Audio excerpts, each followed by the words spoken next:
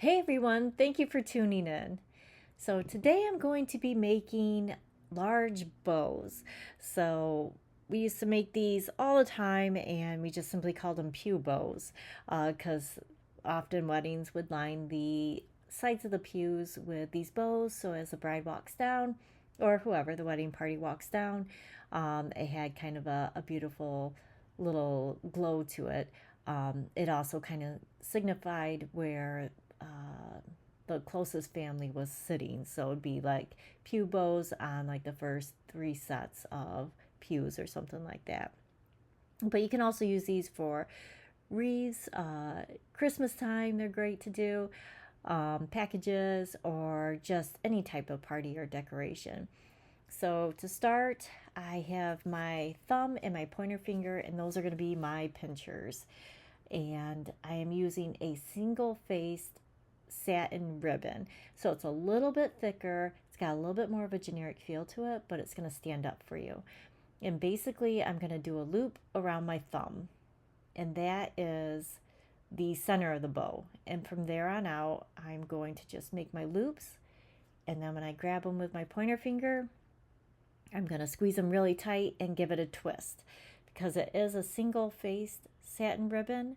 So I always want that satin side to face out.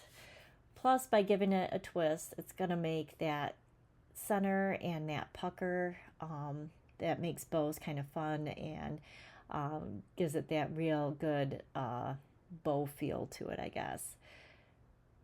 So in the past, I do like 2 or maybe 3 loops on either side. But if your hand can handle it, try to do as many loops as you can. So I typically, we've got the center loop that's going to be your smallest, and then as it goes out from there, I'll make them a little bit bigger as they go further out, just so that you can see all the loops themselves. So the first 2 there are just slightly smaller than the next 3 that I'm going to do. I'm going to do 5 on each side. I like to place them as I go along.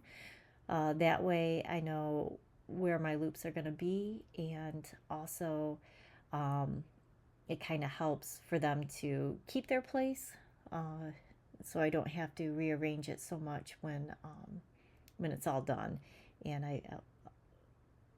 once I put the chenille stem on there, you'll see here in a second, that's what's going to hold them all together. But when I gather it with a chenille stem, I don't have to do quite as much fluffing. Sometimes it doesn't want to move, or sometimes it moves too much. And you can make as long of tails as you want. I just kind of made an average length on the tails.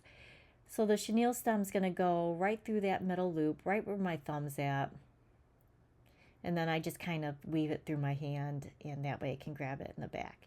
And you want to pull it really, really tight so it keeps that pucker and holds the bow nice and in place there. I like to use chenille stems.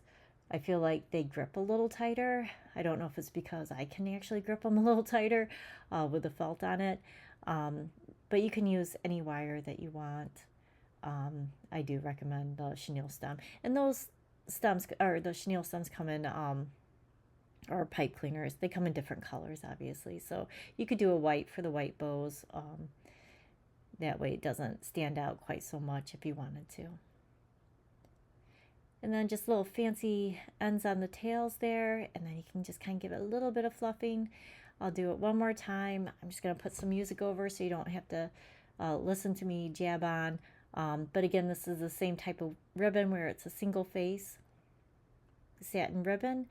And you just want to keep that satin towards the front there. So you go up over the thumb, and then just pinch it real tight and make your loops.